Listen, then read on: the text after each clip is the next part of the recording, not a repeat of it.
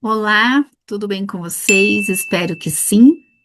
Nós vamos hoje trabalhar, conversar, refletir sobre a parábola dos talentos, dando continuidade à sequência que a gente vem estudando deste livro, Parábolas de Jesus, à luz da doutrina espírita, com o organizador Rafael Papa.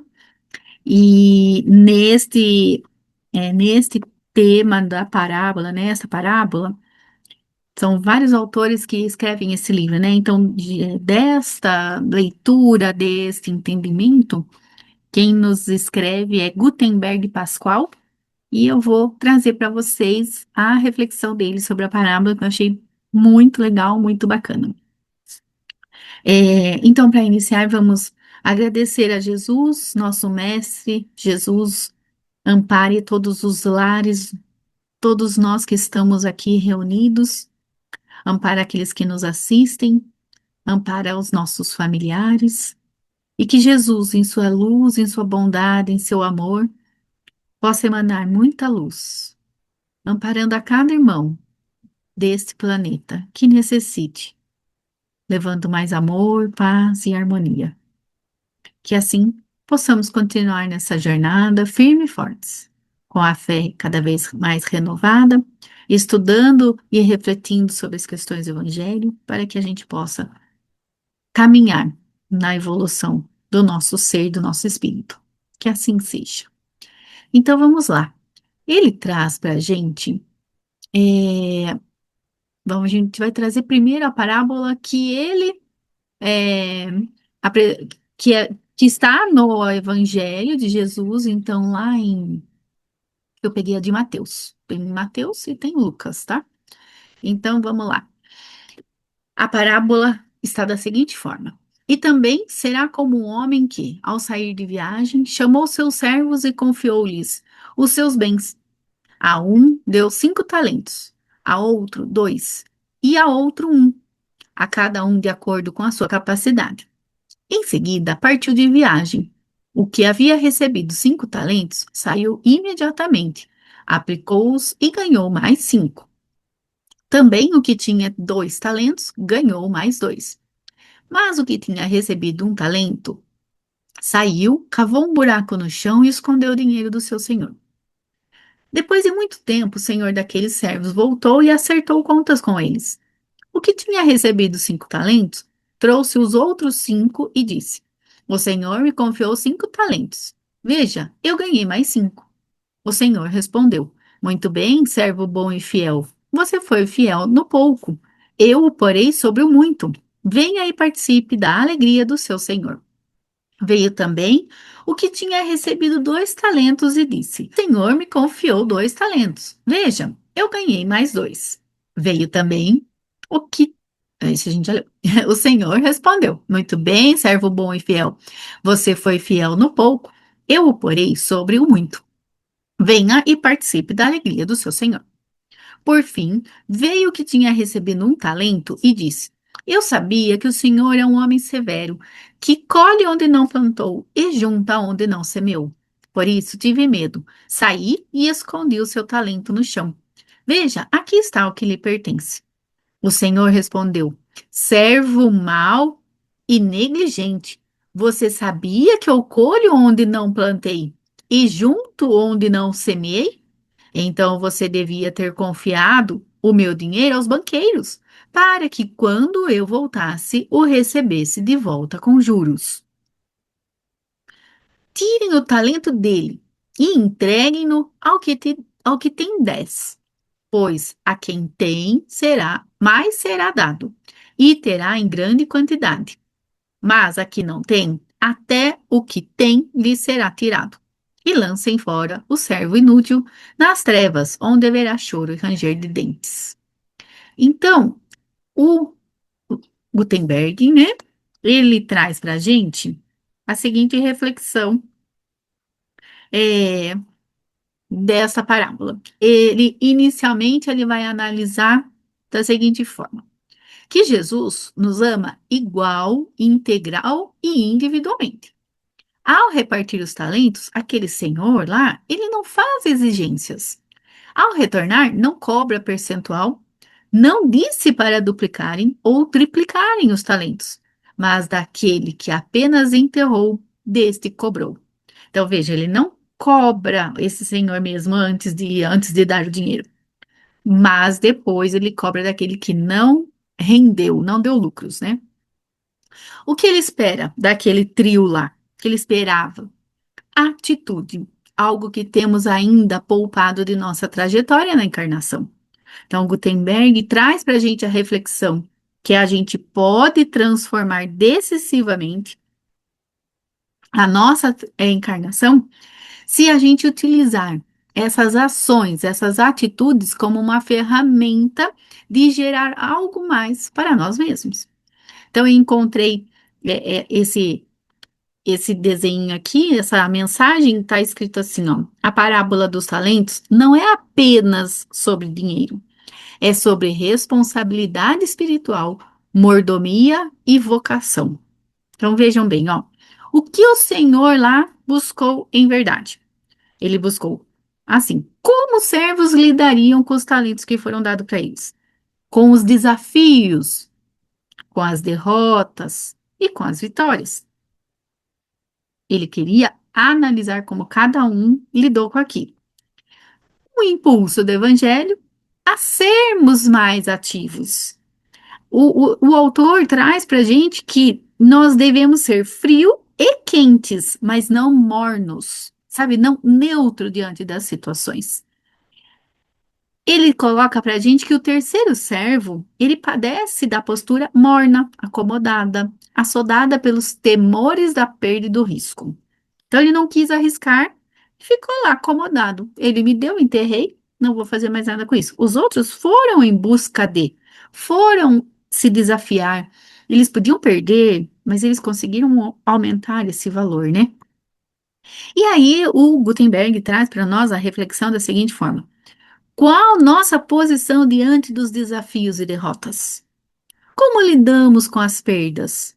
O que fazemos com nossos medos? Enterramos? Então, ele faz essa provocação reflexiva de interrogar-nos diante dos próprios desafios que a gente tem, com as nossas perdas, com os nossos medos. A gente enterra num buraco, esconde tudo e deixa assim, ai, uma hora eu desenterro, uma hora eu tiro de lá e daí eu penso o que eu vou fazer. E aí ele nos traz a reflexão do que? Quantas vezes nos prostramos diante dos desafios diários sem mover qualquer forma de reação? Então, relacionamentos fracassados, uma pessoa sobrepõe a outra, os nossos medos, os maus tratos das pessoas, a arrogância das pessoas e de nós mesmos, né? Pessoas que nos deprimem, não nos deixam crescer, que nos calam. Ele dá inúmeros exemplos de situações que nós vivemos, que os outros podem fazer sobre nós e nós, como reagimos, ou como nós agimos diante de desafios. E aí ele coloca que temos vivido como o terceiro servo, com todo o nosso talento enterrado, entre aspas, deixando a felicidade distante de nós, acenando e esperando nosso despertar. Então, a gente deixa lá e a gente não vai em busca daquela felicidade. Uma hora eu alcanço, uma hora eu vou resolver, uma hora eu vou fazer. Enquanto isso, fico lá aceitando as derrotas, aceitando, carregando todo esse peso sem fazer um movimento. O que é comum, porque é mais cômodo, dói menos do que eu ter que me movimentar, ou eu ter que ver se eu mesma não fiz algo de errado naquela situação, eu vou ter que avaliar isso. Então, ele traz sobre o pensador italiano Antonio Gramsci, que ele dizia que a crise consiste precisamente no fato de que o velho está morrendo, o novo ainda não pode nascer. E nesse interregno, uma grande variedade de sintomas mórbidos aparecem. E aí, o autor vai refletir com a gente que vai exatamente de encontro com o nosso atual contexto de transição planetária. Nós estamos já vivenciando crises familiares, econômicas, sociais, religiosas, educacionais, políticas. E aí, Gutenberg traz para a gente que as crises são prenúncios da transição, que se estabelece e caminha para a transformação mais avançada. Então, tudo que está nos acontecendo, esses desafios, fazem parte desse momento. Mas e aí? E como nós estamos agindo e reagindo diante dessas situações que já estão acontecendo em nossas vidas? Essa mensagem da parábola, ela vai nos dar um aviso para que nós não fiquemos parados aguardando movimentos externos. A gente não fique parado esperando o que de lá venha, para que depois tomemos uma decisão. Ela pede que nós acione o que nos compete. Então, ela vai trazer que se quando eu for me mexer, aí eu vou conseguir alavancar o meu processo evolutivo. Eu vou ter desafios? Vou. Vou ter derrotas? Vou. Vou ter vitórias também? Vou ter sucesso também. E se eu não fizer nada, eu não sei se eu vou conseguir ou se eu não vou conseguir. E se eu não conseguir, o que eu tenho que aprender com essa situação e fazer diferente na próxima vez. Então, nesse momento do ciclo do nosso planeta Terra, é muito importante nos atentarmos, estarmos vigilantes, utilizando todos os talentos que recebemos do Senhor para darmos os passos que nos cabem nessa vida, como diz o nosso autor aqui do texto. E aí ele encerra brilhantemente com uma psicografia de Bezerra de Menezes, que Edivaldo recebeu de Bezerra de Menezes sobre esse momento, que eu coloquei na íntegra aqui para a gente ler, que está assim, ó. Mantende-vos coesos com a codificação espírita, que um dia influenciará o comportamento da sociedade terrestre. O Espiritismo não é uma mensagem de vida eterna para todos os seres humanos. E ante a interrogação dos desafios, que parecem apresentar uma humanidade em decadência, ponde a certeza de que a barca terrestre continua sob o comando do nauta Jesus. E na sua marcha inexorável irá aportar no país da regeneração. Tende o nome escrito no livro do reino dos céus e esforçai-vos para que seja mantido diante da misericórdia inefável daquele que é o caminho para a vida, nosso Senhor Jesus Cristo. Avante, anônimos ceareiros da verdade, e amai até as últimas forças da vossa jornada no planeta abençoado. Então, é, toda a mensagem que o Espiritismo nos traz, nos pode trazer, ela vai nos dar a força para passar por essas situações e desafios que estamos passando agora. E aí, Bezerra vem nos dar esse, esse reconforto. Vamos lá, se movimente, acreditem, Jesus está conosco, tenhamos fé, forças, que nós vamos passar por esse período e vamos superar e vamos seguir adiante. E tudo vai ser melhor quando chegarmos lá naquele planeta regenerado. Mas precisamos nos movimentar. Não basta apenas só enterrar os problemas e deixar que uma hora eu cuido, uma hora eu desenterro, uma hora eu vejo. Essa mensagem foi psicografada pelo Divaldo no encerramento da reunião ordinária do Conselho Federativo Nacional, lá em Brasília, em novembro de 2015, e está disponível no site da FEB. Então, muito importante a mensagem da gente pensar na parábola dos talentos, não somente como um dinheiro bem empregado ou não bem empregado, mas o movimento que eu faço a partir do que eu tenho em mãos. O que eu aciono a partir daquilo que eu tenho comigo ali. Então, que Jesus nos conforte sempre, porque Ele sempre está conosco. A espiritualidade, amiga, está sempre conosco. Então, confiemos. Vamos marchar, vamos seguir adiante. Não fiquemos parados e nem mornos, como Gutenberg bem coloca nesse texto. Muito obrigada a todos. Fiquem com Deus e uma ótima semana.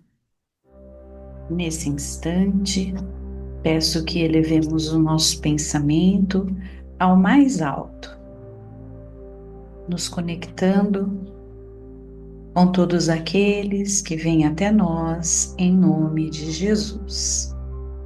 Prece de Cáritas. Deus, nosso Pai, que sois todo poder e bondade, dai força àqueles que passam pela provação. Dai luz àqueles que procuram a verdade. E ponde no coração do homem a compaixão e a caridade. Deus, dai ao viajante a estrela guia, ao aflito, a consolação, ao doente, o repouso.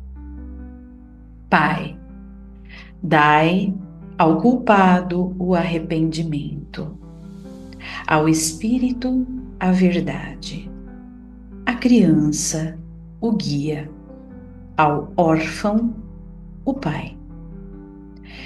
Que a vossa bondade se estenda sobre tudo que criaste.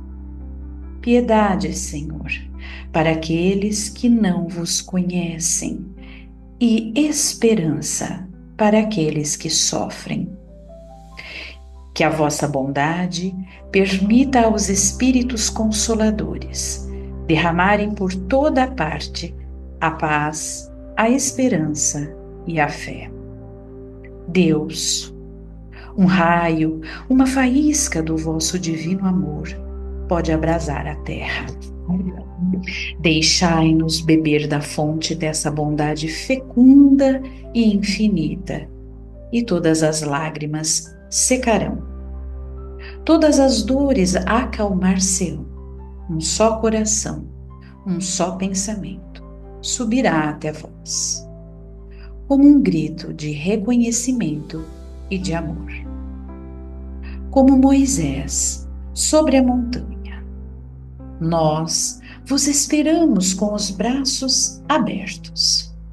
Ó bondade, ó poder, ó beleza, ó perfeição.